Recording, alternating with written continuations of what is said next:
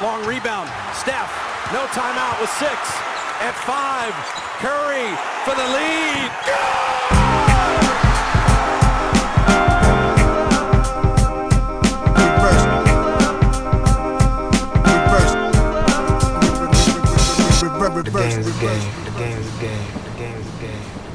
Always.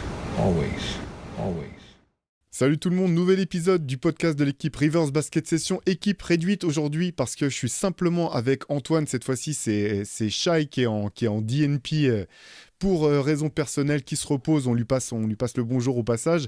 Et on s'est dit avec Antoine qu'on allait faire un point. Alors c'est pas tant, vous inquiétez pas, on va pas faire 1 heure de promo autour de notre MOOC quand même que je présente. Je commence comme ça, French Touch. Si, on peut.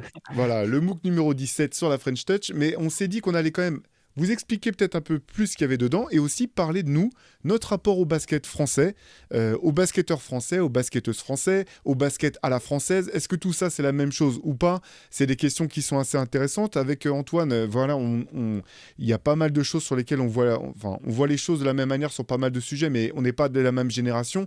Donc, il y a forcément des choses qu'on a perçues de manière différente. Antoine, j'ai envie de commencer avec une question toute simple. C'est quoi pour toi tes premiers souvenirs de basket français, tout simplement ? Je pense que c'est l'Asvel. Je pense que c'est l'Asvel de Mustapha Sonko et Alain Digbeu. Tu t'attendais pas à cette réponse. Et pourtant, tu vois, ça m'est venu immédiatement en tête. C'est mon père qui a dû me mettre dedans parce que j'ai commencé à m'intéresser au basket autour de 99-2000. Et du coup, à travers un magazine, Mondial Basket, qui n'existe plus. Ça n'existe plus, hein. Oui, ça n'existe plus depuis un moment, je Oui, pense, non. Mondial Basket. Ouais. Et il y avait, voilà, c'est comme ça que j'avais découvert la NBA, pas le basket, je veux dire la NBA. Et du coup, vu que je commençais à m'y intéresser à fond, je ne sais plus exactement comment, mais mon père a dû me parler de l'Asvel ou a dû me montrer l'Asvel. Je ne sais plus. Et je crois qu'il y avait des matchs même sur France 3, hein. Si je dis pas de bêtises, il y a des matchs, il y a des matchs de Pro A sur France 3. Et je me souviens de 2 équipes en fait, de Pau. Non, 3. Pau, Limoges et l'Asvel. Et l'Asvel, voilà, il y avait Mustapha Sonko. C'est fou comment. C'est marrant, là, je dois avoir 10 ans, tu vois. 10 ans, tu connais pas grand-chose. Et pourtant, Sonko, tout de suite, sans regarder beaucoup, il y avait quelque chose, tu vois. J'ai eu un truc pour Mustapha Sonko. Et il y avait Alain Digbeu, il y a eu Jelan Laranaga. Je me souviens de suivre les matchs de l'Asvel à la radio. Et c'est comme ça, premier souvenir de basket, c'est ça. Et j'aurais pu dire aussi 2000, les JO de Sydney 2000. Ouais. J'ai aussi beaucoup de souvenirs des JO de Sydney 2000 parce que justement, ça passait aussi sur France 2. Et du coup, là, je suivais déjà le basket. J'avais 11 ans précisément à ce moment-là. Et j'avais regardé la finale contre les États-Unis. Enfin, j'avais suivi ce tournoi. J'étais évidemment fan de Vince Carter comme 90% des enfants de mon âge à ce moment-là. Donc ouais. Ok. Et du Voilà coup, le premier. autre question, tu m'as dit tu suivais déjà le basket quand même quand t'es tombé sur ça ou c'est par là que t'es rentré dans le basket ? Non, je suivais. Rentrer. Enfin, Comment tu je t'y suis intéressais, rentré, je veux dire. ça, c'était vraiment rentrer dans le milieu basket, s'intéresser aux joueurs, aux équipes, tout ça. Ça a commencé avec la NBA, je pense, dans mon souvenir. En fait, ce qui se passe, c'est que au début, j'étais un dingue de foot, tout petit. À 98, il y a la Coupe du Monde, t'as 9 ans, t'es à fond dedans, tu joues au foot de toute façon à l'école, etc. Et au moment de s'inscrire en club, je savais que mes 2 parents avaient joué au basket, donc j'ai dit non, je veux faire du basket, je veux pas faire du foot. Et à partir du moment où j'ai voulu faire du basket, c'est là où je me suis dit je veux faire du basket, donc je vais m'intéresser. Et j'avais acheté un magazine de basket et c'était un magazine NBA. Là, il y avait Tim Duncan, il y a les Spurs, donc j'étais à fond. Il y a les Blazers de Rashid Wallace, ça pareil, j'étais matrixé par Portland. Et de fait que j'ai m'intéressé au basket NBA, j'ai eu à un moment un truc avec le basket français comme ça, et ça a été ça, le cheminement. Ouais, c'est intéressant parce que moi aussi, je suis rentré dans le basket par la porte du basket américain. Et alors moi, c'est quasiment pas loin de 10 ans avant toi, au bout du compte. Et du coup, c'était le basket. Il y avait le basket US, en fait, il y avait ce côté. Ça faisait un peu partie d'un tout, quoi. Nous, je pense, moi, je suis de la 2e génération hip-hop en France. Donc, c'est aussi, on avait le regard tourné vers ce qui se passait aux États-Unis. Tu avais la musique, tu avais le graffiti, tu avais toute cette culture qui était une culture, tu sais, Alors, les grands médias appelaient ça pas une contre-culture, une sous-culture. Ils appelaient ça une Ouais. sous-culture, en fait. Voilà, c'était. Et il y avait un fort, en tout cas, dans mon cas, un fort attachement identitaire parce qu'on avait le côté. Moi, j'ai grandi en banlieue parisienne, un petit peu. Bon, bah, c'est notre culture, la culture des banlieues, un petit peu, parce qu'on on se sentait un peu méprisé par Paris, par voilà, les grosses régions parisiennes. Il y avait beaucoup à l'époque, aujourd'hui encore, hein, mais enfin, malheureusement, ça n'a pas beaucoup bougé, mais beaucoup de clichés autour de la banlieue parisienne. Euh, et tu vois, moi, je me suis saisi de tout ça un petit peu comme beaucoup de mes camarades, hein, notamment ceux qui m'ont emmené au basket, parce que ah, bah, c'est un moyen pour nous de... Voilà, on peut faire des choses par nous-mêmes. Et tu vois, ce qui était intéressant, c'est que la culture hip-hop, bah, c'était vraiment la culture de la débrouille. En fait, en gros, t'as pas d'instrument de musique, tu prends une platine. T'as pas d'espace pour danser, bah, tu prends un carton, tu danses par terre. Enfin, il y avait ce côté très do it yourself, tu vois. Et finalement, dans le basket, il y avait ça aussi parce qu'il y avait ce côté, tu peux prendre ton ballon, aller jouer dehors. Et c'était vachement empreint de... Moi, j'ai joué autant dehors qu'en club, en fait. J'ai commencé en jouant Pareil. d'abord dehors, en fait. Et c'est vraiment ça. Ça a façonné le basketteur que je suis devenu du coup. Et donc voilà, le basket, c'était un petit peu aussi ça, quoi. C'était le côté, c'est les États-Unis, c'est une culture enfin une culture, un sport dans lequel il y a qui est bien plus métissé que ce qu'on pouvait voir en France dans le sport à la télé quand t'allumais que tu voyais du rugby ou du foot. En tout cas, moi, c'est comme ça. J'ai jamais été passionné de foot, donc je dis peut-être des bêtises là-dessus. Hein, n'hésite pas à me corriger. Mais en tout cas, il y avait ce côté un petit peu un sport qui nous ressemble, entre guillemets. Et donc, moi, je suis rentré par la porte du basket américain. Je fais long. Après, il y a eu les JO, donc énorme claque. Je suis pris Dream Team, l'ère Jordan. Ah ouais, Donc, moi, 92, ouais, ouais. voilà.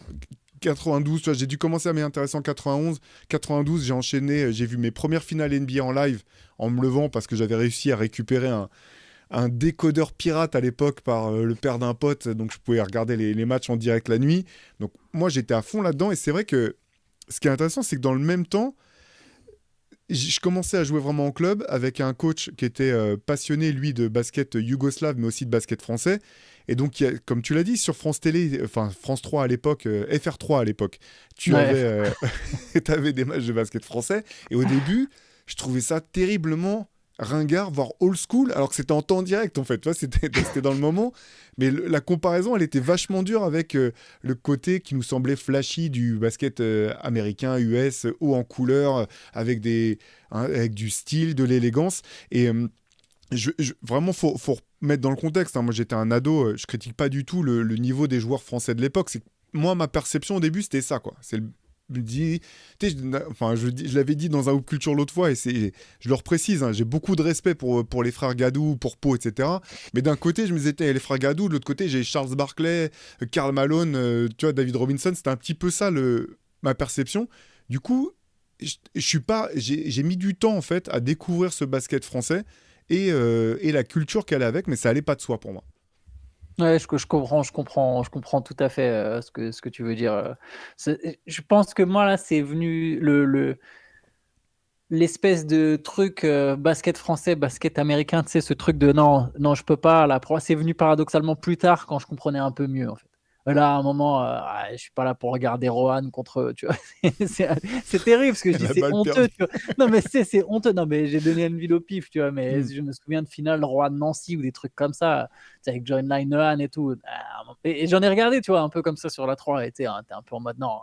Ah, quand même, tu vois. J'aime bien la NBA. C'est pas pour. Je me souviens que c'était Booba qui avait une phrase terrible. Il a dit ouais, en proie, c'est les tambours et tout. Il avait assimilé ça au public, ce qui est bon, c'est pas sa meilleure phrase, mais bon, ça. J'ai eu aussi un moment un espèce de truc comme toi de peut-être pas de détachement, mais de souffrir de la comparaison. Alors qu'après, quand regrandis encore, là, tu vois, je peux apprécier les choses différemment, en fait. Ouais, bah c'est exactement ça. Alors ça me fait d'autant plus sourire parce que quand tu parles des finales genre Nancy-Royal, cette époque-là, moi j'étais à fond dedans parce que je bossais pour un hebdo de basket qui s'appelait Basket News et là j'avais refait le gros de ma culture basket français et à cette époque-là justement j'avais le nez dedans. C'est bien pour dire que c'est une question de perception aussi. Mais tu vois ce qui est fou, c'est que autant dès qu'il y a eu, je me rappelle, il y avait Nike qui avait fait organiser une tournée en fait, il faisait une tournée mondiale certainement, il y avait des tournois de basket 3-3 et du coup il y avait des joueurs NBA sponsorisés par Nike qui venaient aussi pour un match d'exhibition qui était à Bercy, si je ne me trompe pas. Charles Barkley, Alonzo Mourning, de mémoire, étaient venus. Il y avait Clarence Weatherspoon des Sixers. David Robinson, peut-être bien, je sais plus. Voilà. En tout cas, il y avait ces joueurs-là. Tu vois, moi, j'étais allé. On avait vu Mustapha Sonko parce que son équipe avait remporté le tournoi 3-3. Ils avaient joué avec les Américains. Nous, on était comme des fous. C'est pour ça que Mustapha Sonko, pour ma génération, c'est aussi un joueur hyper important parce que pour nous, c'était un joueur moderne en fait. Tu vois, il allait à l'encontre un petit peu de l'image qu'on avait du basket, enfin l'image vraiment qu'on se faisait plutôt du basket français. Et puis il y avait ce côté, on savait que c'était un joueur de playground, donc c'était le joueur de notre génération, tu vois, avec un talent énorme. Mais autant, tu vois, j'avais pris des places pour aller voir ça, autant ça m'était absolument pas venu à l'idée d'aller prendre des places pour aller voir ce qu'était le Paris. C'était le PSG Basket à l'époque, c'était avant que ça soit Paris Basket Racing. Et la première fois que j'y suis allé, c'est parce qu'un pote m'a dit « Ah, tu sais quoi, Paris, ils vont jouer contre une équipe grecque dans laquelle il y a Dominique Wilkins. » Et en fait, moi, j'y suis allé. Mais on y allait pour voir Dominique Wilkins, tu vois, c'était même pas en se disant on va voir une équipe parisienne qui joue au plus haut niveau français, quoi. Sur Paris, c'est marrant parce que j'ai vu mon premier match de Pro A en live, en vrai, donc je suis allé voir, c'est justement un match c'était PBR, je pense, c'était pas PSG, là, pour le coup, ça devait s'appeler PBR, Ouais. mais j'ai un doute. C'est l'année, juste avant la draft de Tony Parker, j'avais gagné des places sur une radio qui s'appelle Sport OFM, j'avais gagné des places, et j'étais allé voir un PSG, un Paris, il y avait Laurent Sierra qui jouait à Paris aussi Ouais. avec Tony Parker. Et Tony Parker, Laurent Sierra, Il et l'appelait je me souviens Pikachu. plus de l'adversaire. je peux te dire que je pense que ça passait moyen. Et tu sais, ce qui est bizarre, c'est que je ne sais pas comment, je pense en écoutant la radio ou peut-être à la télé, je savais que Parker était un joueur susceptible d'aller en NBA. Genre qu'il y avait déjà ce truc de il va être drafté. Je pense pas que je comprenais réellement complètement. Enfin, si, je savais déjà ce qu'était la draft en fait, mais parce que il y avait déjà eu Kenyon. Si, je savais parce que je savais que Kenyon Martin. Enfin bref, je savais déjà ce qu'était la draft, mais je savais que Tony Parker allait se faire drafter quand je suis allé le voir. Ça, c'est un des premiers matchs de Pro A que j'ai vu en direct. Ouais, alors moi j'en avais vu quand même à la télé, hein, parce que effectivement, je te dis, mon coach dont je te parlais tout à l'heure nous bassinait un petit peu avec le basket européen. Lui, il était vachement ancré là-dessus. Donc, tu vois, moi par exemple, l'équipe que j'adorais, c'était l'équipe de Cholet, parce qu'ils avaient Antoine Rigaudot, ils avaient Jim Bilba, ils avaient Warner, que j'avais trouvé incroyable. C'est pas pour dire que je les suivais systématiquement. On avait beaucoup moins accès aux informations de basket qu'aujourd'hui, mais je me suis quand même intéressé au basket français. Et puis il y a eu quand même Limoges, tu vois, le titre de 93. C'était la seule fois quasiment où on entendait parler de basket aux informations grand public, tu vois. Donc ça, j'avais quand même des marqueurs en fait autour du basket français. Il y avait Jacques Monclar qui était dans une pub pour Menen. Donc c'est pareil, tu vois, c'est marrant à raconter comme ça, mais à l'époque, le basket, c'était vraiment une culture underground. Donc tu sais, je fais le parallèle encore avec le rap ou le hip-hop, c'était pas du tout la culture mainstream. Je pense que c'est aussi pour ça que ça m'a intéressé. Et à mesure que j'ai commencé à me passionner, d'abord pour le basket américain, encore une fois, mais après, quand j'ai eu l'opportunité de faire un stage chez Basket News, là, je me suis plongé à fond là-dedans. J'ai eu la chance de côtoyer des super journalistes qui étaient à la fois hyper experts, dont plusieurs ont écrit dans River. C'est une de mes fiertés d'ailleurs d'avoir pu les convaincre d'écrire dans River. Je pense à Frédéric Gonella, je pense à Julien Guérino, je pense à d'autres que je vais pas lâcher, que je vais continuer de harceler. Mais du coup, j'ai pu vraiment me refaire une culture basket européen, basket français à leur contact. Et là, pour le coup, je me suis vraiment intéressé à fond. Ça m'a fait rire que tu parles de Rohan, parce que Rohan, justement, c'est une des équipes qui m'a fait kiffer avec Mark Saliers, avec Dewarrick Spencer, qui est un des joueurs américains. Je pense que c'est le joueur américain que j'ai vu en France qui m'a le plus fait kiffer, peut-être. J'adorais son style. Et donc là, pour moi, en tout cas dans ma tête, le basket avait quand même commencé à évoluer. Il y avait le fait que Tony Parker soit parti en NBA, et ça a eu un rôle d'accélérateur assez fou. D'ailleurs, dans l'interview table ronde, vous savez, dans chaque numéro de Rivers, on a une grande interview en fait, dans laquelle on croise les regards de 3 intervenants autour de même question. Et dans ce numéro, on a eu la chance d'avoir David Cosette qui a participé. Et c'est un terme qui revient beaucoup. Il dit que Tony Parker a contribué à déringardiser l'image du basket français, et c'est vrai. Je pense que c'est vraiment indéniable. Il y a un intérêt qui commençait à être porté sur le basket français qui avait changé, et finalement, un jeu peut-être qui commençait à se décloisonner, comme un peu partout, hein, à travers l'Europe, à travers le monde, avec du jeu plus offensif, un travail qui commençait tout juste à être fait même sur les maillots, quoi. Et encore, à l'époque, il y avait encore du chemin à faire. Mais ça commençait à être petit à petit plus cool. Des clubs français qui participaient à l'Euroleague, bon, malheureusement, qui passaient jamais le cap du top 16. Mais moi, j'ai vraiment commencé à me réintéresser à tout ça à fond, par le biais de le fait de bosser en fait dans le basket, tout simplement. Ouais, Tipeee, Tipeee a eu un impact. Enfin, pour certains, ça sera Wembanyama. Voilà, il y a eu plusieurs vagues, je pense, pour le basket français. Et Tony Parker, moi, j'aimais bien cette phrase de Tariq Abdul-Wahad que j'avais ressortie justement dans un des papiers que j'ai écrit dans ce MOOC. C'est la phrase où Tony Parker, il a ouvert une autoroute. Genre, il dit, moi, j'ai ouvert une porte et lui, il a construit une autoroute. C'était ça, sa phrase. Ça m'a marqué. C'est fou de cette phrase. J'ai essayé de retrouver le numéro. C'était là aussi dans Mondial Basket. Ils avaient fait un entretien. Ils avaient profité. À l'époque, il y avait tellement peu de Français. De toute façon, NBA, il y en avait 3. Il y avait Abdul-Wahad, Parker et Moïso. Et ils avaient profité d'un match San Antonio-Denver pour faire un entretien croisé dans un resto de Tariq Abdul-Wahad et Tony Parker. Et je me souviens encore vraiment de cette phrase d'Abdul-Wahad qui avait dit, bah voilà, moi j'ai ouvert une porte. Donc lui, c'était le premier joueur français qui a joué en NBA. Et Tony Parker est en train de construire une autoroute. Et c'est totalement ça, quoi. Derrière, ça a été l'accélération. Moi, je me souviens encore des arrivées de Mike Pietrus, de Boris Dio. Enfin, tu vois, que tout d'un coup, il y ait des prospects, quoi. Que la France ait des prospects qui sont envoyés chaque année. C'était une sacrée. Ça a créé quelque chose et c'était le début et ça a amené, quand on voit ce à quoi ça a mené, c'est assez fou. Ouais, mais Tony Parker, on est obligé d'en parler quand même parce que c'était effectivement phénomène. En France, alors quand il était encore à Paris, je pense que c'était vraiment contenu à la sphère des gens qui étaient passionnés de basket français. Je pense pas que ça avait touché particulièrement les autres. Tu vois, je me rappelle que Basket News avait fait la une avec lui quand il était encore au Centre fédéral, alors qu'il était encore d'ailleurs, il était je vais dire des bêtises, mais je me demande s'il n'était pas meilleur marqueur de National 1 quand il était au Centre fédéral, ce qui est une sacrée performance. Hein. Je ne suis pas sûr que ça ait été souvent refait depuis. À vérifier. Hein, mais, voilà, si vous avez les stats ou la confirmation, dites-le moi. En tout cas, je sais que voilà, il était vraiment très fort quand il était au Centre fédéral. Et son départ en NBA sa draft a fait un peu de bruit. Pas plus que ça, en fait. Mais vraiment, le détonateur, c'est quand il est propulsé dans le 5 majeur au bout de, je sais plus, 7 ou 8 matchs. 9 matchs, ouais, 7, ouais, peut-être un truc comme ça. Et qui joue, quoi.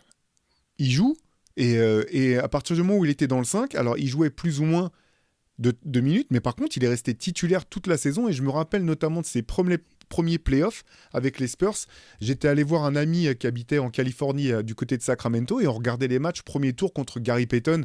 Il y a une action là où il fait sauter Gary Payton en l'air, je me rappelle, et il arrive à marquer dans la raquette, et on hallucinait, on se dit, mais comment c'est possible qu'un Français, pour nous, on avait ce complexe d'infériorité toujours dans le basket, quoi. On disait, mais comment un Français aussi jeune peut aller jouer en NBA et faire ça à Gary Payton ou faire ça sur la plus haute marche? Et là c'était le lancement de la Tony Parker mania, on peut appeler ça comme on veut, mais clairement, il a eu un impact monstrueux dans la démocratisation du basket en France, ouais. Ouais, je me souviens aussi des débuts de Tony Parker. Bah, j'aimais bien les Spurs en fait. J'aimais bien les Spurs à cause de Tim Duncan. Ça faisait partie de mes deux équipes vraiment avec Portland, là, comme je disais tout à l'heure. Et il y avait une émission à l'époque qui s'appelait Eddie Halftime, tous les Ouais, mercredis matins là. Et souvent, Tony Parker, forcément, ils en parlaient beaucoup, lui et Xavier Vaution. Et il y a eu la découverte de tout ça. Et c'est marrant et paradoxalement, je sais pas pourquoi ça va donner le ton de ce pod, mais c'est à ce moment-là où j'ai commencé à moins aimer les Spurs. C'est très bizarre, mais je trouvais ça très, très, très cool par contre. Et je me souviens aussi de ces playoffs contre Peyton. Paradoxalement, je me souviens encore mieux de ceux contre Marbury et les Suns, mais pas forcément, plus je grandissais. Et après le premier titre contre les Nets, ça arrive vite. Je pense que c'est là où il y a un espèce d'accélérateur parce que c'est 2003, c'est une campagne équipe de France. C'est le premier titre avec les Spurs, donc tu as un Français champion NBA. On est dans sa deuxième saison, donc je veux dire, c'est plus un rookie, il doit tourner déjà à 15 points par match. Et là, oui, c'est comme tu as dit, c'est le début de la Tony Parker mania, quoi. Ouais, 2003, c'est un moment hyper important parce que tu as à la fois ça. Là, une fois qu'il est champion NBA, laisse tomber, c'est raz-de-marée quand même médiatique. Tous les médias parlent de lui, même les médias généralistes qui sont jamais intéressés au basket, essayer d'avoir des interviews, de le mettre en cover ou de le mettre au milieu de leurs infos. Et 2003, c'est vraiment un moment clé parce que, tu l'as dit, il y a campagne d'équipe de France, championnat d'Europe en Suède, avec une équipe monstrueuse, avec le retour de Tariq Abdul-Wahad, dont on peut dire 2 mots quand même, parce que ça reste le pionnier, le premier à pas avoir été drafté, hein, pour le coup. Il y avait déjà eu... Voilà, Lefebvre, pardon, son prénom m'échappe, mais un joueur français avait déjà été drafté, mais il n'avait pas été joué. Lui, il a été drafté, il avait été joué, ça avait déjà fait du bruit, hein. Je me rappelle de son passage, notamment dans l'émission Nulle part ailleurs à l'époque sur Canal+, où il était venu, il avait été interviewé, etc. Moi, je suivais déjà, je trouvais ça fou. Ça reste celui qui a ouvert la porte, faut le redire, hein. Clairement, c'est un joueur qui était en avance sur son temps, même athlétiquement par rapport à ce qu'on pouvait connaître dans le championnat de France. Mais 2003, donc voilà, 2003 championnat d'Europe, Tony Parker auréolé de son titre NBA, qui joue en équipe de France pour un Euro dans lequel justement Tariq Abdul-Wahad revient après avoir claqué la porte ou avoir été ostracisé, poussé dehors. Il revient en équipe de France. Il y a encore Mustapha Sonko. Il y a une équipe il y a Jérôme Moïseau qui vient pour la première fois, si je ne me trompe pas, avec les A. Là encore, il a peut-être participé à des qualifs avant, mais je suis pas sûr. En tout cas, c'est je pense, sa première et seule, au bout du compte, vraie compétition avec l'équipe A. Ça reste l'une des équipes de France les plus dominatrices que j'ai pu voir jouer par séquence. Les séquences où ça marchait sur ce championnat d'Europe, c'était monstrueux. C'était un rouleau compresseur. Il n'y avait pas une équipe européenne qui pouvait rivaliser athlétiquement, physiquement avec cette équipe. Et c'est une équipe... il y a un article vraiment passionnant de Frédéric Godella dans notre MOOC numéro 9 sur 2003, voilà, où il raconte en fait toute cette aventure. C'est une équipe, je vais sortir cette phrase parce que ça revient souvent, elle était programmée pour gagner et elle n'était pas programmée pour rencontrer des problèmes. Et effectivement, après la défaite d'un rien en demi-finale face à une superbe équipe de Lituanie, derrière l'équipe a explosé parce que justement, beaucoup de choses avaient été faites autour de Tony Parker qui était tout jeune. Et je continue de penser que l'erreur majeure quand même d'Alain Weiss, qui était l'entraîneur de l'équipe de France et de la fédération de basket de l'époque qui avait poussé ça a été de donner le capitanat à Tony Parker trop jeune pour tenir ce rôle, trop jeune. Surtout quand tu avais des joueurs en place qui avaient déjà gagné des choses. Tu avais des Mustapha Sonko, tu avais des Laurent Foirest, alors, je pense pas que l'équipe de France aurait donné le capitanat à Tariq Abdul-Wahad. Je suis pas sûr même non plus que c'est ce qu'il aurait souhaité. Par contre, habituellement, en équipe de France, tu sais, le maillot, c'était à l'ancienneté, au nombre de sélections.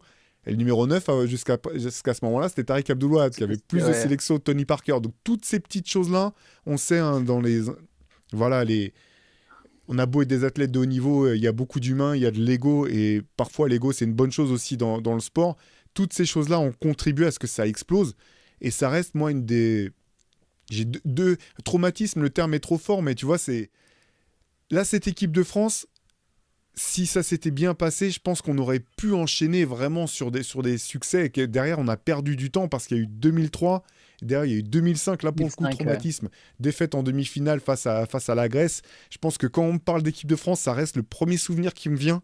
Bon, après c'est personnel, hein. Souvent les mauvais souvenirs reviennent plus vite que les souvenirs joyeux, mais ouais, énorme cette équipe. Moi, m'a vraiment énormément marqué. Je sais pas toi, Antoine, s'il y a une équipe de France qui t'a plus marqué qu'une autre.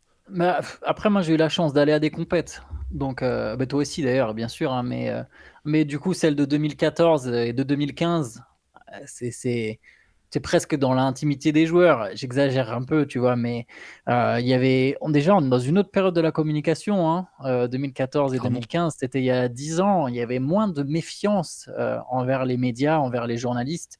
Je pense qu'il y avait une relation peut-être un peu plus naturelle. J'imagine même pas comment c'était finalement au début des années 2000. Ça devait être encore plus relâché. Mais là, tu vois, 2014, on n'est pas avec les joueurs tout le temps, mais il y a beaucoup de points presse. Il y a constamment, il y a les zones mixtes, il y a les conférences de presse. Tu as constamment accès aux joueurs. Ils sont là, ils sont détendus. En plus, l'équipe de France était moins attendue. Et moi, cette équipe de France qui va chercher le bronze en 2014 en Espagne, elle m'a marqué. Il y a l'exploit contre l'Espagne en quart, que j'avais annoncé au passage, si je peux me permettre. C'est beau, ça. Tu sais comment en fait, la veille, on a un dîner avec tous les journalistes et on était beaucoup. Si je compare le nombre de Français qu'il y avait en Espagne pour cette Coupe du Monde et que là qu'il y avait en Lettonie pour l'Eurobasket, c'est fou. On était, je sais pas, on était facile presque 50, tu vois. Il y avait des médias de partout. Tu avais BFM, tu avais des médias de la presse régionale, tu avais du généraliste, tu avais Canal, tu avais évidemment du spécialisé, beaucoup plus que là, par exemple, Lettonie, même si c'est qu'un Eurobasket et que l'autre c'était une Coupe du Monde. Mais donc, bref, on a un dîner avec tous les Français et on se fait un espèce de jeu là où on fait une cagnotte et on met le score du match avec le vainqueur. Je crois qu'on était 4 à avoir mis la France vainqueur. Je fais partie de ces 4-là. Et je perds, genre, il y a un mec, il est un point plus près que moi, un truc comme ça. J'aurais gagné 100 quelques euros. Il y a un mec qui a mis un point plus près par rapport à la victoire de l'équipe de France. Mais ouais, peu de gens y croyaient. Moi, cette équipe m'avait beaucoup marqué. Je me souviens, c'était aussi quelque part le début d'une autre époque, d'une nouvelle époque. Parce que c'est un peu la fin de l'ère Parker. Même si derrière, il y a encore 2015. Donc Tony Parker n'est pas là en 2014. 2015, il est là, mais justement, c'est plus tout à fait le meilleur joueur de l'équipe. C'est la star, mais c'est plus tout à fait le meilleur joueur. C'est Nando De Colo qui est le meilleur joueur. Je me souviens aussi de celle de 2015 qui se termine aussi par du bronze, mais avec un sentiment complètement différent parce que tu te dis c'était à la maison, un Eurobasket à la maison, et l'équipe de France était la meilleure du tournoi. Était censée être la meilleure du tournoi. Elle aurait dû gagner ce tournoi. Et voilà, ça, c'est les 2 équipes de France qui m'ont le plus marqué. Ouais, bah, je comprends. Alors moi, forcément, je te dis 2003, l'impression visuelle. Alors 2007, moi, j'avais eu la chance d'aller au championnat d'Europe, qui était en Espagne cette année-là. Par contre, c'est pas l'équipe de France qui m'a le plus marqué parce que c'était voilà une déroute complète. L'équipe de France, non seulement n'a pas fait les phases finales, mais en plus, elle a même raté jusqu'au dernier match. Tu sais, les matchs de qualification, les derniers matchs qu'il fallait gagner pour être qualifié pour ensuite, c'était pour les JO, pour avoir une chance de jouer les JO 2008, si je ne me trompe pas. Donc c'était vraiment la Bérésina. Par contre, 2015, je me rappelle très bien parce que donc toi, tu étais envoyé spécial pour l'Euro pour nous. Et nous, on était allés avec Julien et Guillaume, donc Julien De Schuitner, l'autre rédacteur en chef de Rivers et de Basket Session, et Guillaume Laroche, le directeur de la publication. On était allés voir la demi-finale face à l'Espagne, à Lille. Et Ouais. moi, ça reste un énorme souvenir parce que déjà, l'ambiance dans la salle, c'était vraiment dingue. Si vous avez eu la chance ou l'opportunité d'aller aux Jeux Olympiques pour les matchs à Lille, faut savoir que la salle était quasiment coupée en deux pour les Jeux Olympiques par rapport à la capacité qu'il y avait pour l'Euro, là. C'était vraiment monstrueux le nombre de gens. On était pas 40, non, peut-être pas 40 000, j'exagère. Je me souviens plus si c'était quelque chose comme ça. C'est le C'était quelque record chose comme absolu ça, hein. pour un match. Ouais, c'était 40 000, je crois. C'était le record parce que c'est un stade qui fait 60 000 à 80 000 places, je crois, pour le foot. Et il me semble qu'on était. Non, peut-être pas 80 000. Je me souviens plus combien il fait pour le foot, le stade de Lille, le stade de Villeneuve-d'Ascq. Il me semble qu'on était 40 000, que c'était un record. J'ai un doute maintenant, peut-être que je dis une bêtise, mais on est plus de 20 000, ça c'est sûr. La fourchette large, c'était entre 20 000 et 40 000 le nombre de supporters. Mais c'était le record absolu sur un match de l'Euro, forcément. Ben oui, oui, et donc ça j'en ai un énorme souvenir parce qu'en plus c'était quand même un match extraordinaire. Pau Gasol fait l'une des meilleures performances, l'une des plus grandes performances du basket FIBA, je pense tout simplement. C'est un match qui va en prolongation. Défaite pour la France, hyper frustré. Et tu sais, c'est un match, je pense que les blessures sont... La blessure, on est 10 ans après, hein. Je pense que c'est encore trop vif, mais c'est un match qui méritera un jour un article. Et tu sais, en mode oral history, parce que tu l'as dit, sur cette compétition, Nando De Colo est le meilleur joueur français. C'est autour de lui que le jeu s'articule pendant tout le tournoi jusqu'au 4e quart-temps de cette demi-finale, où on se retrouve à jouer comme si on était en 2005 avec Tony Parker qui joue tous les ballons. Et ça reste vraiment, tu sais, pour moi, un vrai questionnement de savoir si c'est l'équipe qui d'elle-même finalement s'est retournée à nouveau vers Tony Parker parce que c'est le joueur emblématique de toute cette génération. Si c'est des consignes explicites du coach qui... Tu vois, je continue de ne pas arriver à m'expliquer cette bascule. Et bah oui, énorme, grosse déception parce qu'il y avait quand même la place pour faire un doublé, ce qui est extrêmement dur sur la scène internationale. 2013-2015, ça aurait été un doublé magnifique, en plus à domicile. Donc ouais, cette équipe-là, je me rappelle très bien de ce tournoi aussi, mais notamment à cause de cette demi-finale qui était un fort moment de basket pour moi. Ouais. Un campagne incroyable de Batum pour arrocher la prolongation. Ouais. À 3 points, je me souviens. Ouais, il y a beaucoup de choses à dire sur ce match. Et d'ailleurs, Rudy Gobert avait bien défendu sur Pau Gasol, le pauvre, hein, malgré la performance, notamment sur l'action décisive, le panier pour la gagne de C'est ce Gasol. Que j'allais dire. Ouais. Voilà. L'Espagne, quoi. Ouais. L'Espagne encore et toujours. Du coup, on parle de cette équipe 2015. Fournier était là. C'est ça. Fournier était là sur cet Euro. Parce que c'est ensuite pour les JO Pour les 2016 JO qu'il n'est pas pris. Il est qu'il là est en pas pris. 2014, Fournier. Ouais. Il est là 2014. 2015, peut-être, ouais, il doit être là, mais je suis pas sûr qu'il ait un grand rôle. Non, mais je Oui, pense, il doit être là, ouais, il doit être là, ouais, il doit y avoir. Oui, si, tu dois avoir raison. je pense qu'il est là et que c'est pour ça que c'est aussi incompréhensible qu'il soit pas pris en 2016 pour la tournée olympique 2016, qui est pas un moment. C'est pas un grand moment de l'équipe de France, cette campagne Non. 2016. Je parle de Fournier parce que dans ce MOOC French Touch, justement, tu as écrit un portrait d'Evan Fournier Et autour oui. de son retour en Europe. Et je vais te laisser la parole, Antoine, mais c'est vrai que là aussi, c'est un joueur qui est clivant. Et Evan Fournier, j'ai l'impression qu'il y a les gens qui l'adorent pour son franc-parler et les gens qui ont du mal à le supporter. Moi, ça me fait kiffer vraiment quand je regarde les matchs de l'Olympiakos ou des highlights, etc., de le voir sur un terrain après la situation au Knicks qui reste toujours incompréhensible, vraiment. C'est vraiment un plaisir de le revoir sur le terrain. Je me demande comment est-ce que tu as abordé le papier que tu as écrit sur Evan dans ce MOOC. Bah, typiquement, avec cette idée de se dire que l'Olympiakos, c'est parfait pour lui. Est-ce que, tu vois, et de ce truc de. Je me souviens, toi, quand tu m'avais présenté le papier, tu m'avais donné une phrase, on dit souvent que choisir, c'est renoncer. Et en fait, c'est du bullshit, c'est n'importe quoi cette phrase. C'est pas forcément renoncer à quelque chose. Et ce qui est intéressant, c'est en écoutant parler Evan Fournier, en parlant avec certains qui l'ont côtoyé, etc., tu te rends compte que lui aussi il pense que c'est du bullshit cette phrase d'une certaine manière. Il n'a pas eu l'impression de faire un sacrifice en fait en revenant à l'Olympiakos. Et moi j'aime bien aussi cette idée de te dire, bah, tu pourrais croire que le sommet de sa carrière, c'est la NBA, parce que en tant que joueur de basket, c'est ce que tu vises, tu veux aller en NBA, tu vois, où tu te dis c'est la meilleure ligue du monde. Et en fait, peut-être que les meilleurs moments de sa carrière, peut-être qu'en fait, Evan Fournier, il va aller vivre en Grèce, tu vois. Il va aller vivre en Grèce et du coup, le sommet de ta carrière n'est peut-être pas celui que tu crois. C'est un peu l'idée que je veux ressortir, bah, à travers ce papier, bien sûr pour lui, mais aussi même pour nous en tant qu'être humain. J'aime bien quand on apprend des leçons en fait de ce qui se passe dans le sport, de ce qui se passe à travers des gens, des histoires. Et c'est un peu ça. En fait, c'est pas toujours ce que tu as imaginé. Et des fois, ce qui est bien, c'est ce qui colle pour toi. Et j'ai l'impression, et c'est l'idée du papier, c'est que l'Olympiakos, c'est absolument tout ce qu'il faut pour Evan Fournier. Bah ouais, c'est ça, le côté tempérament de flamme, compétiteur hardcore. Ce qui est intéressant enfin, hardcore, compétiteur acharné plutôt, je devrais dire. Ce qui est intéressant pour Evan, c'est qu'il a vraiment eu l'opportunité de jouer longtemps en NBA quand même. C'est pas anecdotique la carrière qu'il a faite en NBA. Ouais, Il y a joué longtemps. À part au Knicks et sa première saison à Denver, il était sur le terrain.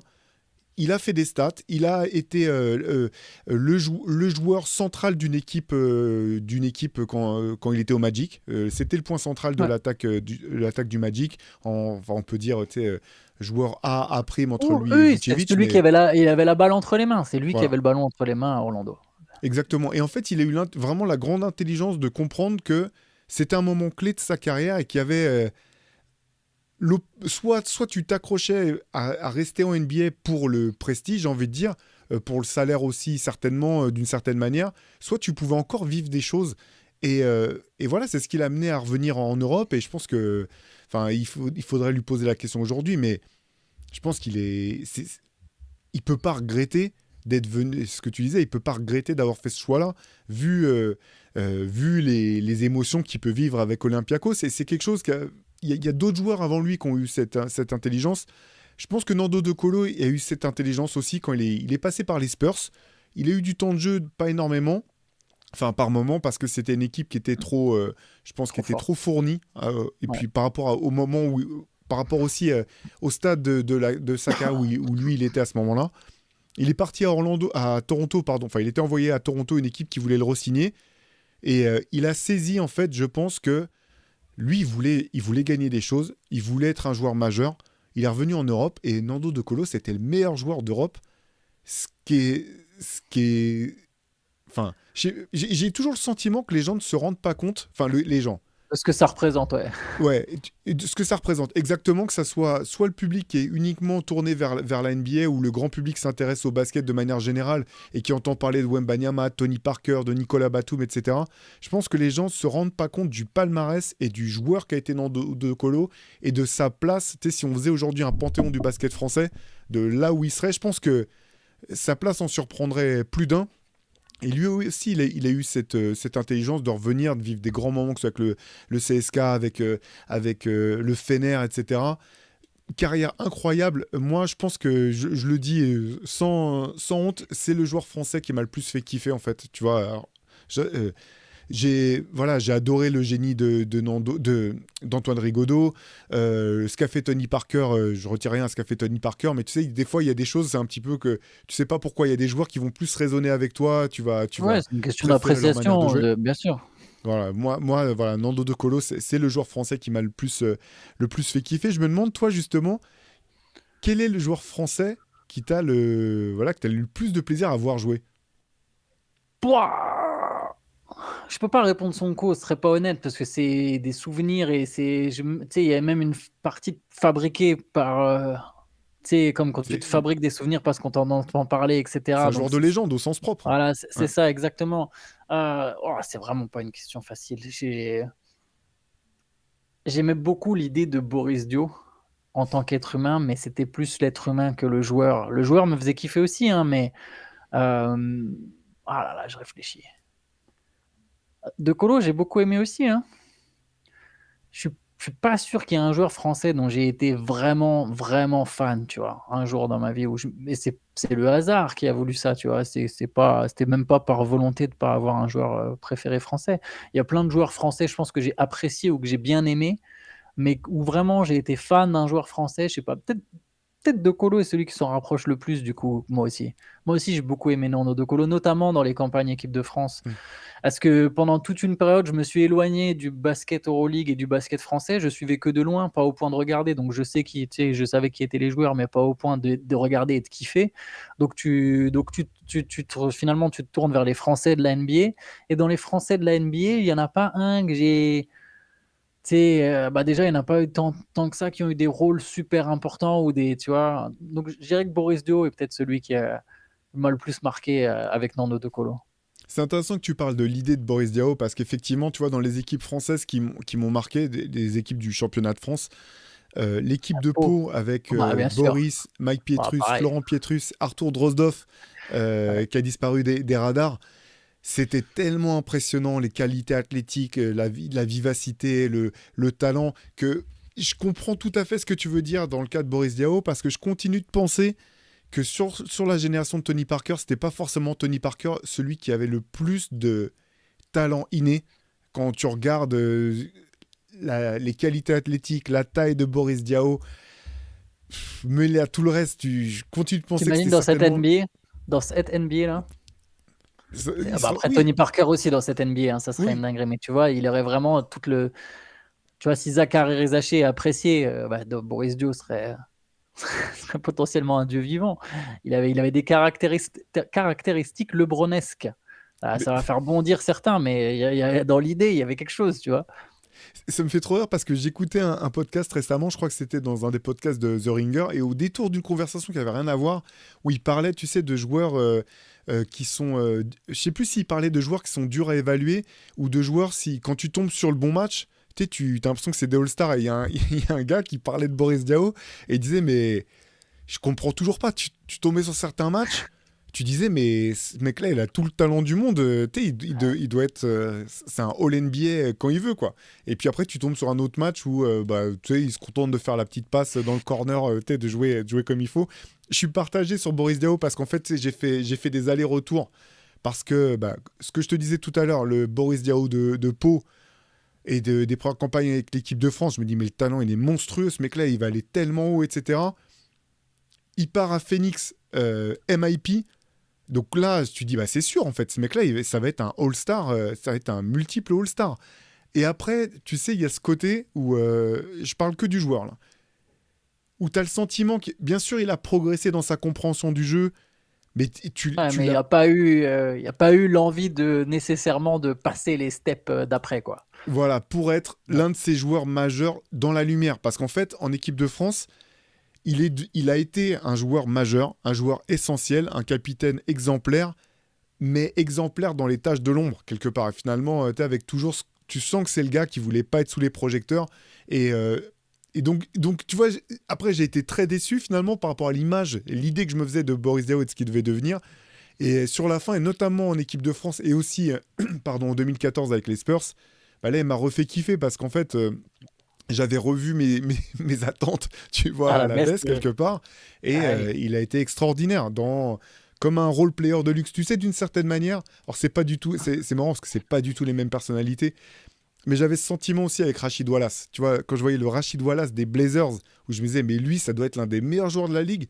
Et au bout du compte, t'as l'impression que c'est jamais autant éclaté que dans cette équipe des Pistons, où il Des pouvait être Pistons, ouais. juste l'un des rouages de l'équipe et sortir les paniers quand il fallait, être en défense, le capitaine de la défense, etc., quoi.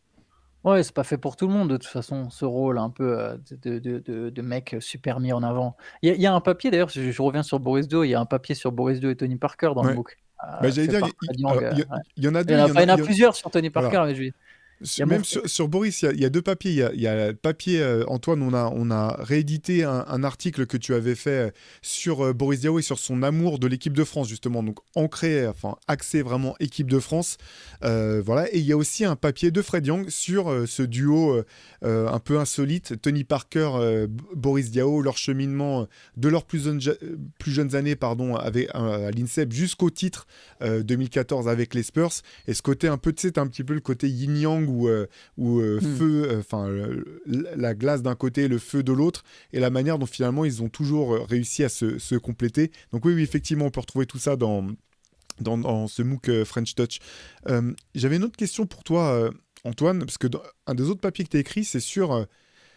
pardon. Je vais commencer par un petit préambule. On a parlé de on a parlé de Tariq Abdul-Wahad, Tony Parker. Là, tu vois, j'ai retrouvé dans mes archives après qu'on ait bouclé, donc c'est malin, tu vois, c'était déjà trop tard, mais ce papier, ce numéro de l'Équipe Magazine qui était titré Made in France, sur laquelle voilà, on voyait Tony Parker, Boris Diaw et Ronny Turiaf, et le sous-titre, c'était tous trois entrés en 1998 au Centre fédéral de l'INSEP. Parker, Diaw et Turiaf évoluent aujourd'hui en NBA et font le bonheur de l'équipe de France. C'était une époque où on comptait encore les joueurs français sur les doigts d'une main, malgré tout.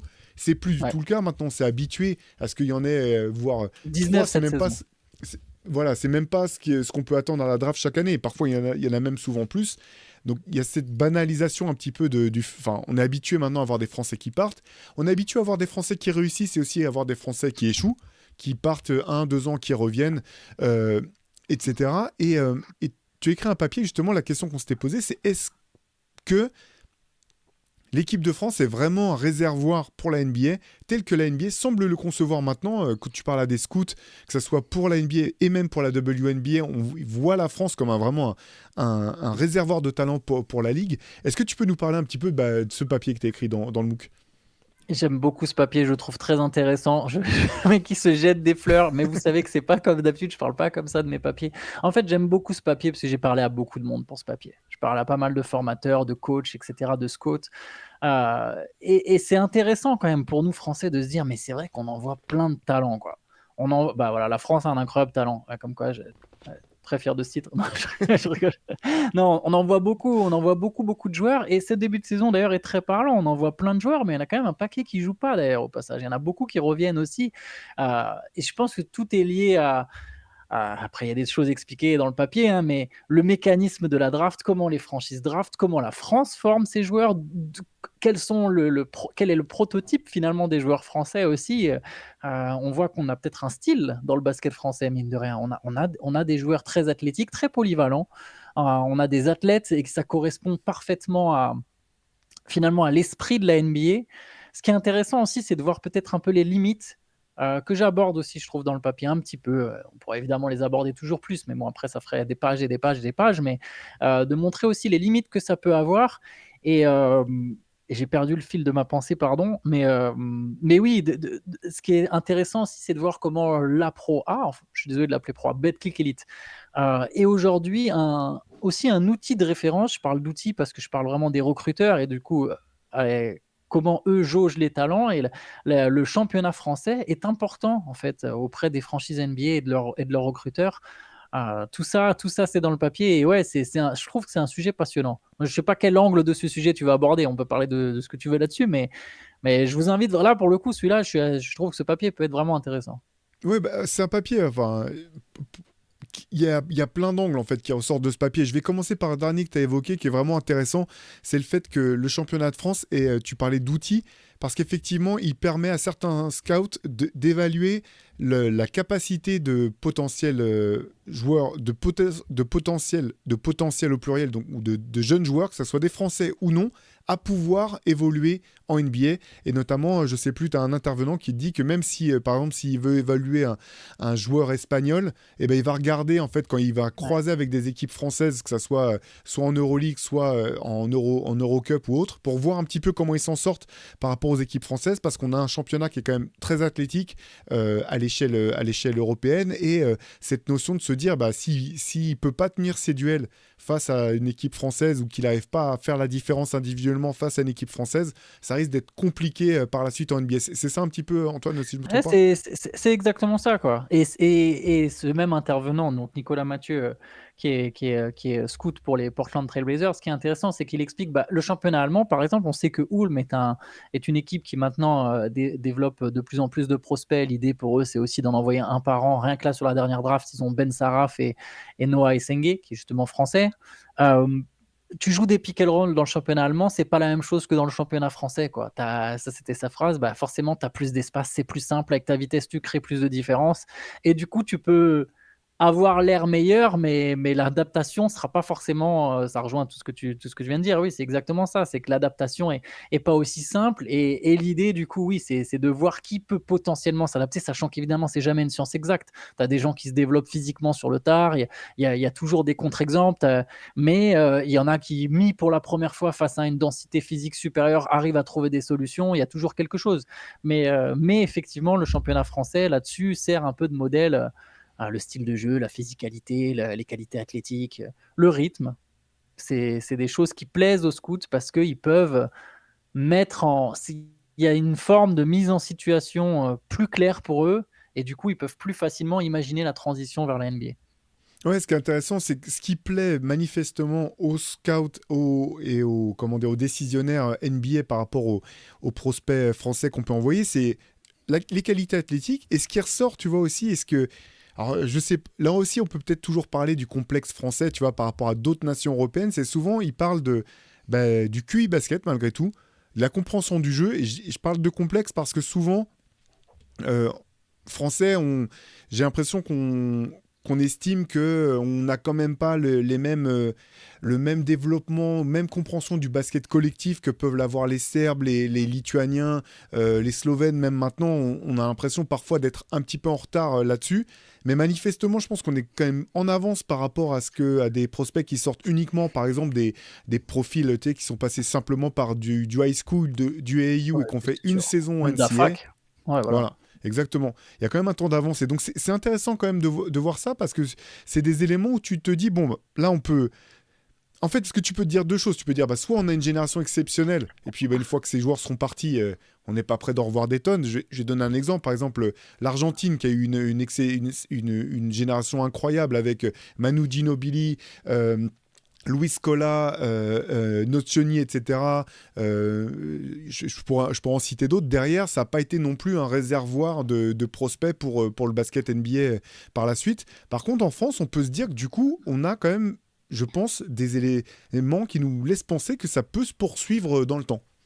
Et j'ai l'impression qu'avec Wembanyama, de toute façon, ça va ne faire qu'accentuer la chose. Alors, il n'y a qu'un seul Français annoncé lors de la prochaine draft, mais il y en aura d'autres plus tard. Il y a encore d'autres prospects qui arrivent, c'est sûr. On aura toujours, je pense, des talents un peu intrigants. La question, je pense, le prochain défi maintenant pour l'équipe de France, enfin pour le basket français, c'est de à la fois créer des... Mais c'est une contre-indication, enfin... C'est un peu le contraire de la draft, c'est que la draft, on draft sur du potentiel. Donc un joueur français qui resterait 1 ou 2 ans de plus, il n'aurait plus la même cote auprès des franchises NBA. C'est un peu l'ironie, c'est comment on peut former mieux nos talents tout pour qu'ils puissent avoir un meilleur impact en NBA. Donc les former mieux, ça veut souvent dire les former plus longtemps, donc les faire rester plus longtemps, par rapport à oui, mais on veut quand même que ce garçon ait encore de la cote en NBA. Donc il y a un peu, voilà, c'est un peu de puissance contraire.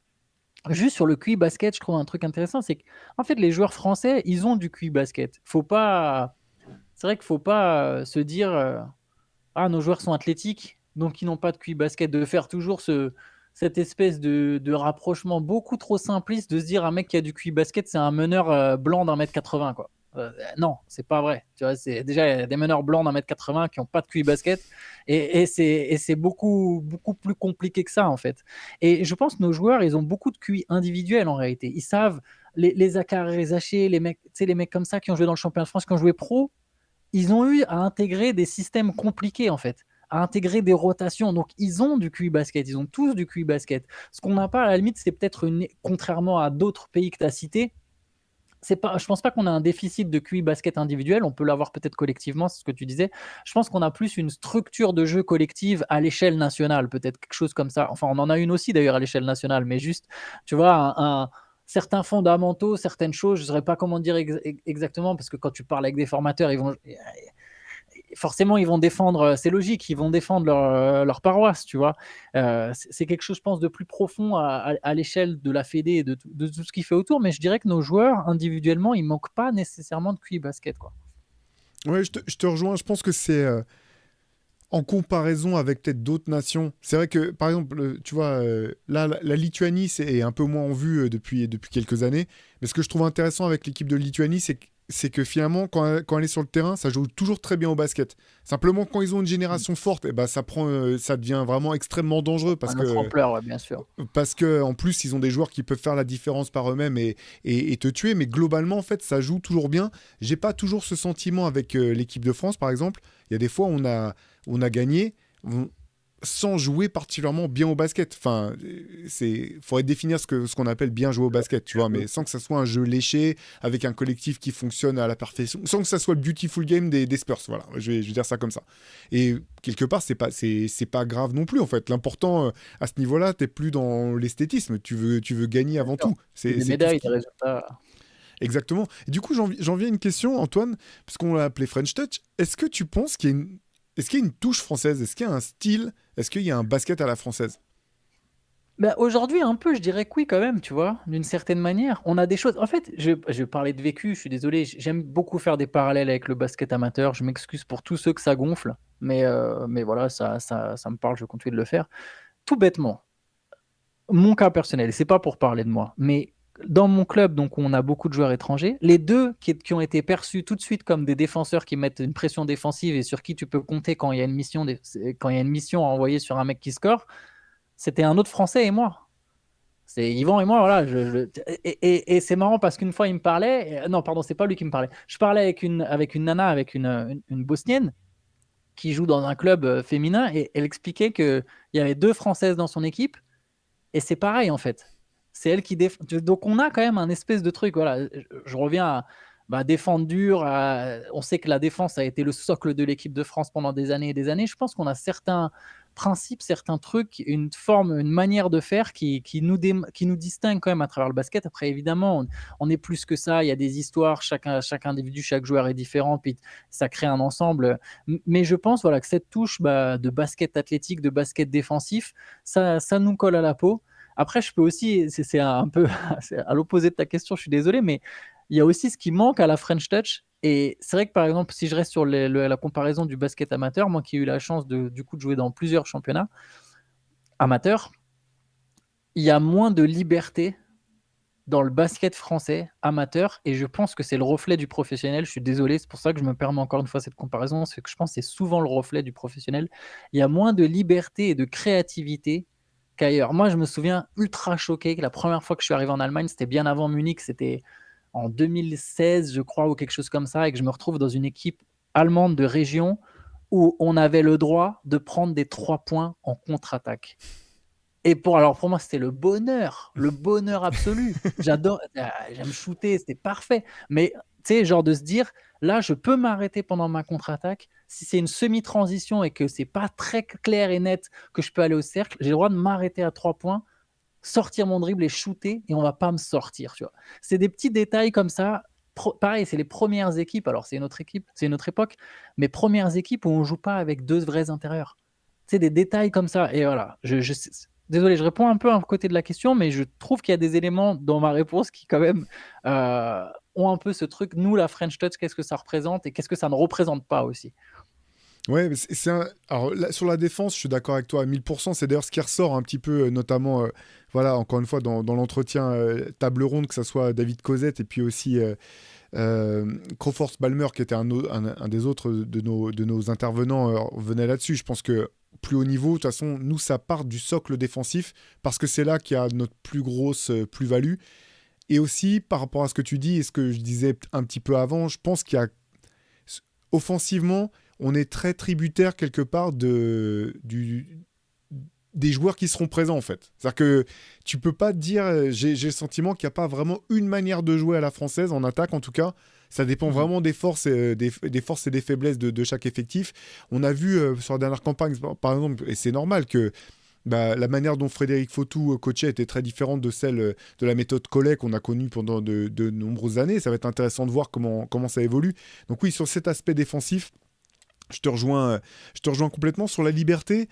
Alors, c'est aussi très intéressant et pertinent ce que tu dis. Là, j'ose espérer que c'est aussi en train de changer à Ouais, ça va l'inverse, en fait. évoluer. Quand tu regardes du niveau amateur vers le niveau professionnel, tu vois, pour parler avec des coachs, alors que ce soit avec Frédéric Yang dans le podcast Le Jeu qu'on a lancé à la rentrée, dans lequel on aborde souvent ces thématiques, ou même avec, tu vois, des entraîneurs de jeunes de mon club, par exemple. Fort heureusement, je vois qu'il y a une évolution qui est plus orientée vers des principes de jeu, des règles de jeu, que vers des systèmes fermés, comme moi j'ai connu effectivement très longtemps, quoi, hein, où il y avait une espèce de... On te mettait dans un cadre, un carcan, alors que déjà à l'époque, je pense que le basket espagnol notamment était bien plus libre dans sa manière de jouer. Tu vois, le basket serbe, tel que je me le figure, il est un petit peu paradoxal, parce qu'il y a un côté très strict, où effectivement, tu vois, j'avais le père d'un ancien joueur qui avait été en équipe de jeunes au Partizan Belgrade, et il me racontait qu'il était meneur, qu'il devait gérer la dernière possession avant la mi-temps, et que le coach avait dit de donner la balle à un tel ou un tel, je sais pas quoi, et finalement il se retrouve à prendre un tir à 3 points et à le mettre. Et le coach l'a mis sur le banc, quoi. Il a dit, je t'avais dit de donner la balle à tel gars, tu vois. Donc il y a ce côté, alors c'est une anecdote quand même. Ouais, c'est vrai, ouais. Voilà. J'ai joué pour un coach qui était monténégrin, c'était quand même assez strict. Mais t'as ça, mais t'as aussi le respect du jeu, du talent individuel et des capacités, comment dire. Tu vois, par exemple, un joueur comme Dejan Bodiroga, il jouait meneur avec la Serbie il y a 20 ans, en fait. Tu vois, alors qu'il avait pas la taille d'un meneur typique, mais les dernières possessions, c'était on lui donne la balle et il va créer pour nous. Un autre exemple que je donnais dans un podcast avec Frédéric Yang, où tu vois... souvent, quand on forme des jeunes, on leur dit ouais, faut pas sauter pour faire une passe.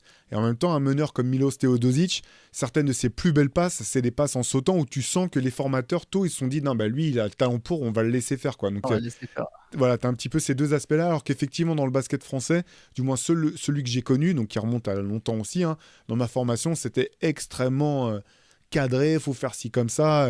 T'étais souvent dans de la récitation, et ça, je pense que c'est en train de changer. Tu vois, quelque part, ça a peut-être été une des limites de ce qu'a proposé l'équipe de France sur la dernière campagne, mais c'était aussi quelque chose qui était l'une des choses qui étaient les plus marquantes. J'ai l'impression que tu sentais qu'il y avait de la place pour que chacun trouve sa place dans le collectif, notamment en attaque. Je sais pas ce que toi, t'en avais retenu de ça. De quelle équipe de France, pardon? Ou L'équipe de France jouer? de la dernière campagne, ouais, tu sais, avec Freddy Fautou à la main. Ouais, oui, bah après, ils ont été forcés en fait, d'une Oui, certaine manière, on en parce que revient à ce que tu chacun disais. ait sa place dans le collectif. Ouais, ça rejoint sur ce que tu disais. Bah, le niveau offensif, ça va dépendre de qui est là. Donc, quelque part, il faudrait voir à pleine puissance qu'est-ce que ça donne. Après, alors, cette campagne, elle s'est très mal terminée, mais sur ce qu'on avait vu en préparation et sur certains matchs de poule, il y a eu des choses offensivement qui m'ont beaucoup plu, moi, au niveau de la circulation de Pareil. balles et du mouvement. Oui, de toute façon, quand tu vois le nombre de ratés, j'ai plus la stat exacte, mais quand tu vois le nombre de ratés à 3 points sur le huitième de finale, on va toujours pouvoir pointer du doigt légitimement le fait que ça a manqué d'alternance. Et moi, le premier. J'ai été premier. Enfin, je n'ai pas été premier, mais je veux dire, j'en ai parlé aussi, évidemment, après cette élimination. On en a parlé sur cette chaîne.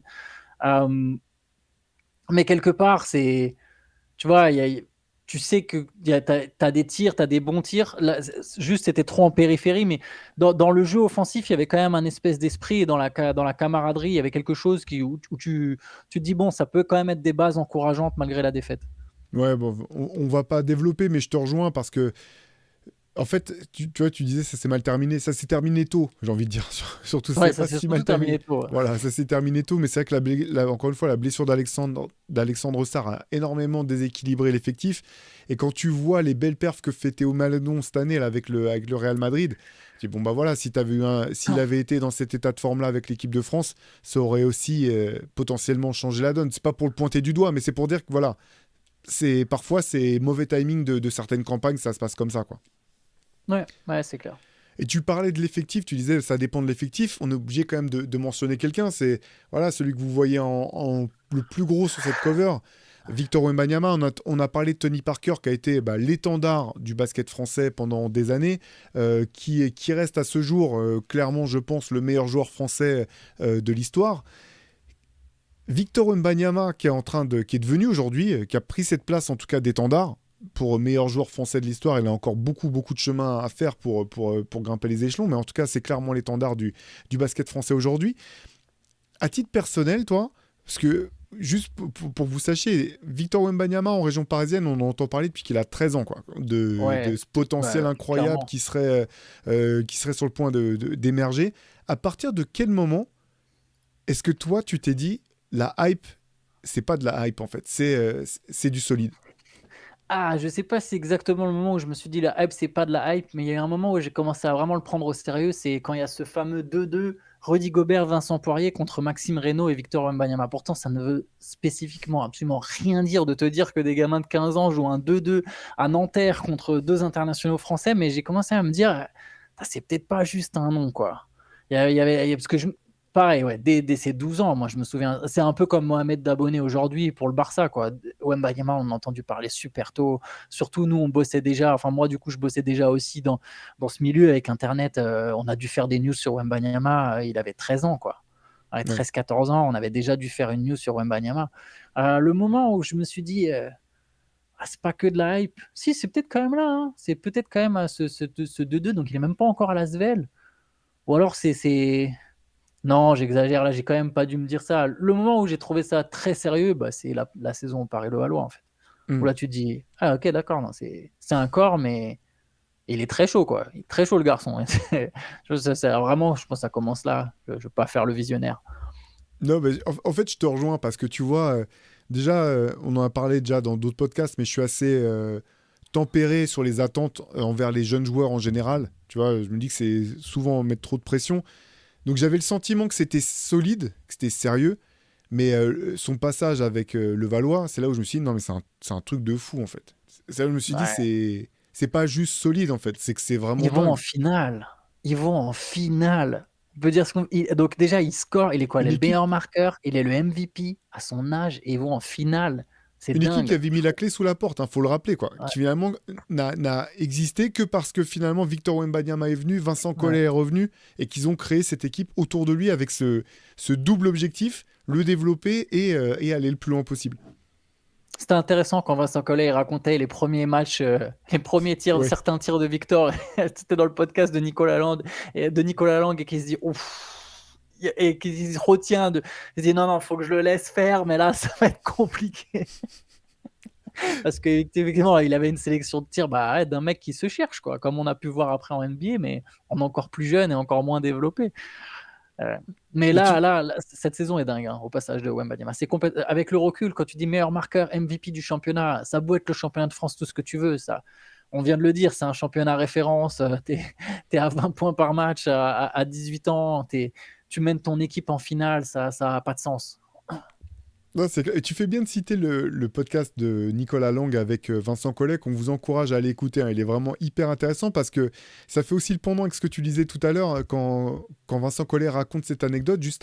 Peu de temps avant, il avait raconté aussi à quel point il avait vu le coaching changer en fait. Et justement, se passer du moment où c'est le coach qui décide et c'est comme ça. Et il utilise le terme de co-création, je crois, pour des projets, notamment en sélection.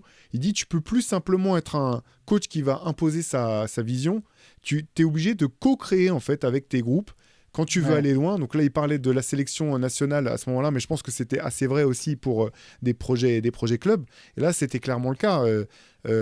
Et quelque part, ça se rapproche de ce que tu peux trouver, je pense, dans les meilleures équipes NBA, ou du moins celles qui ont un joueur qui est dans le top 5, où c'est pas un coach ou une franchise qui va imposer une vision. Il faut qu'il y ait cette collaboration, en fait. Une collaboration entre tes meilleurs joueurs, ton coach et les décideurs du club pour déterminer la direction.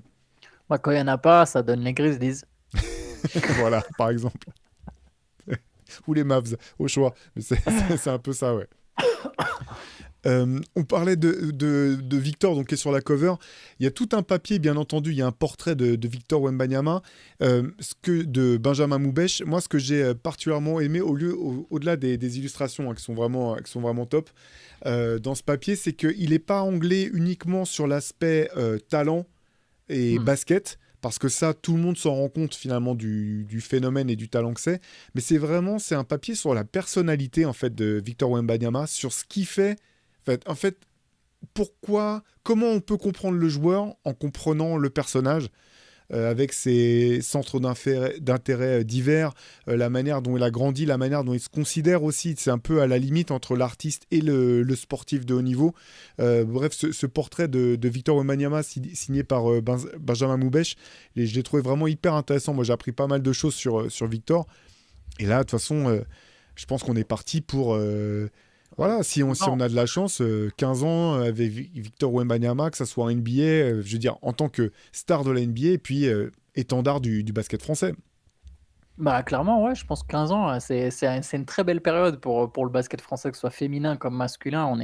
On est quand même sacrément bien armé et effectivement, on a la chance de se dire qu'on a un mec qui peut être le meilleur joueur de la ligue, de la plus grande ligue du monde. Quel meilleur ambassadeur que ça, tu peux demander. Et comme tu l'as dit, sa personnalité est très intéressante. Donc c'est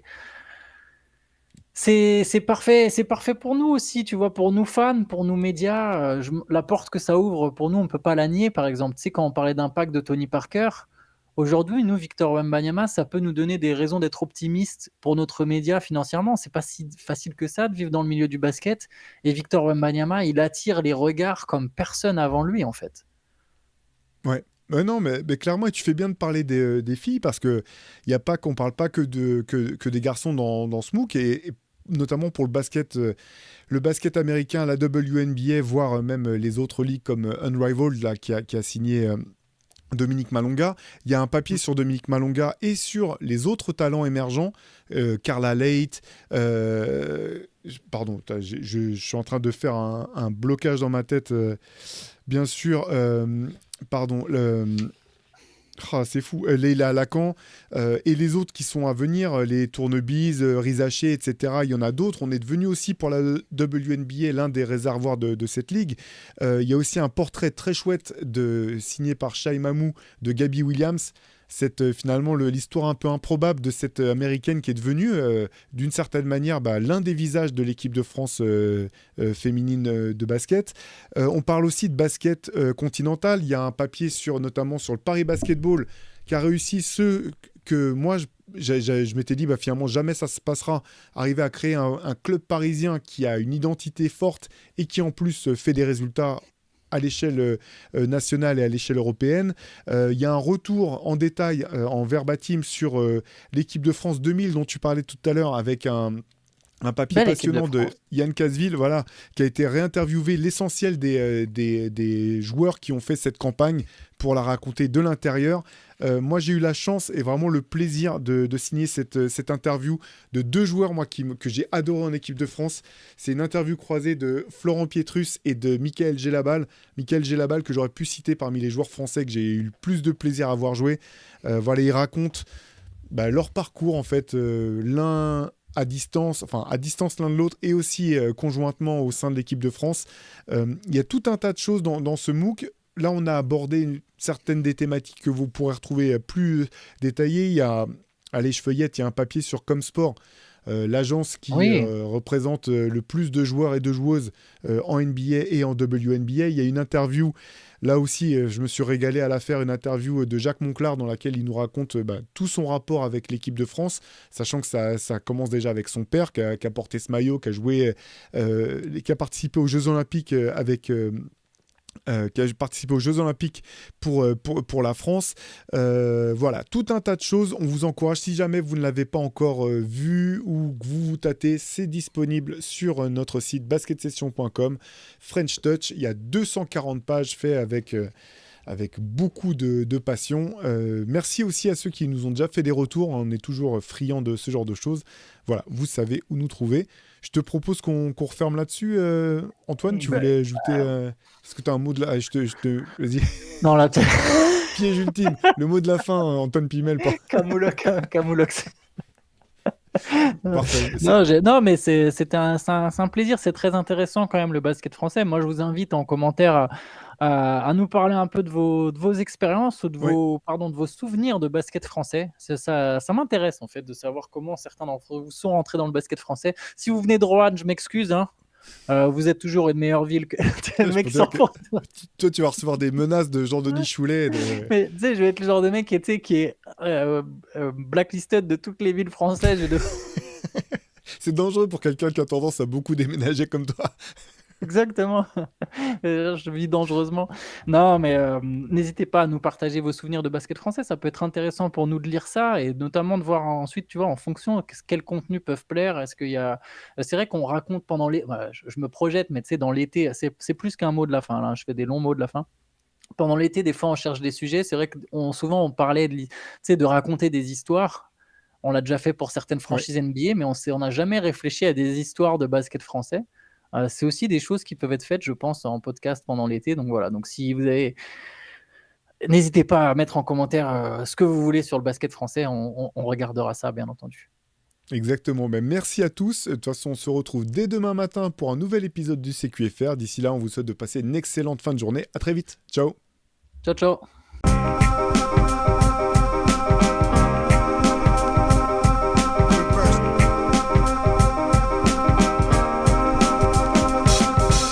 Is out there, and it's either play or get played.